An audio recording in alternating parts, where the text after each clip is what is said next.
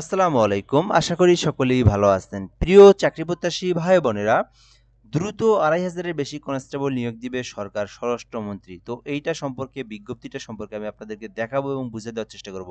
৯ minute আগে Jamuna television verified যে channel যেটা আছে, ফেসবুক পেজ যেটা রয়েছে এখান থেকে দেওয়া হয়েছে যে দ্রুতই ২,৫০০ এর বেশি কনস্টেবল নিয়োগ দিবে সরকার। তো এইটা সম্পর্কে আমি আপনাদেরকে দেখাবো এবং বুঝিয়ে দেওয়ার চেষ্টা করব। এখানে কি বলা হয়েছে, কবে নিয়োগ দেওয়া হবে, কিভাবে নিয়োগ দেওয়া হবে, কারা, কারা আবেদন করতে পারবে, সকল বিষয় আমি আপনাদেরকে বলে দেব যে বিষয়টা বলে দেওয়া আছে এখানে। তো সম্পূর্ণ ভিডিওটা দেখবেন। আরেকটা বিষয় হচ্ছে যারা আমাদের চ্যানেলে নতুন আছেন বা নতুন দেখতেছেন, চ্যানেলটিতে অবশ্যই সাবস্ক্রাইব করে রাখবেন। এই চ্যানেলে বাংলাদেশের সরকারি সকল নিয়োগ সার্কুলারগুলো আমরা দিয়ে থাকি। এছাড়াও এই যে স্বরাষ্ট্র মন্ত্রণালয় যে বলছে, স্বরাষ্ট্রমন্ত্রী সালাউদ্দিন আহমেদ উনি যে বলছে যে ২,৫০০ এর বেশি কনস্টেবল নিয়োগ দিবে। তো এই নিয়োগটা দেওয়া মাত্রই কিন্তু আপনি এই চ্যানেলের মাধ্যমে বাংলাদেশের সবার আগে আপনি জানতে পারবেন ইউটিউবের মধ্যে। তো অবশ্যই চ্যানেলটিতে সাবস্ক্রাইব করে রাখবেন আর কমেন্ট বক্সে ফেসবুক পেজের লিঙ্ক দেওয়া আছে, ফলো দিয়ে রাখবেন। তো এটা কিন্তু দেখতে পারতেছেন। এখানে আমি আপনাদেরকে আগে তারিখটা দেখাই।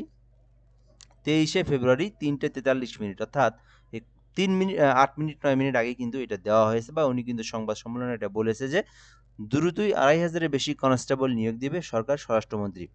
আচ্ছা, স্বরাষ্ট্রমন্ত্রী সালাউদ্দিন আহমেদ বলেছেন পদ খালি থাকায় ২৭০১ জন কনস্টেবল নিয়োগের প্রক্রিয়া শুরু করবে সরকার।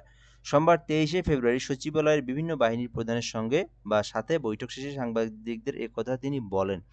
তো মোট পদসংখ্যা হচ্ছে, এখান থেকে আমরা যে বিষয়টা জানতে পারলাম যে মোট পদসংখ্যা ২৭০১ জন। আর হচ্ছে এখানে কনস্টেবল, এটা কনস্টেবল নিয়োগ দেওয়া হবে ২৭০১ জন।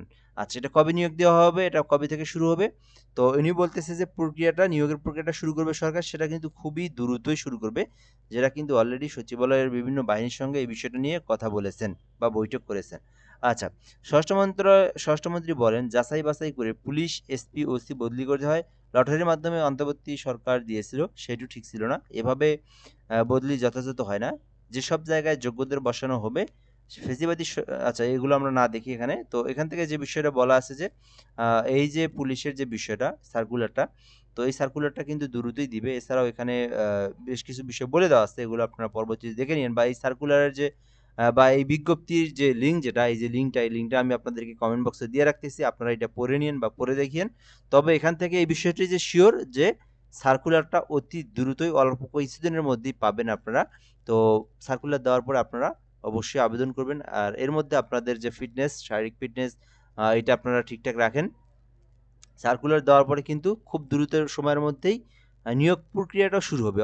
অর্থাৎ আবেদন শেষ হওয়ার অল্প কয়েকদিনের মধ্যেই নিয়োগ প্রক্রিয়াটাও শুরু হবে। ঠিক আছে? ওই জন্য আপনারা সব ঠিকঠাক রাখেন।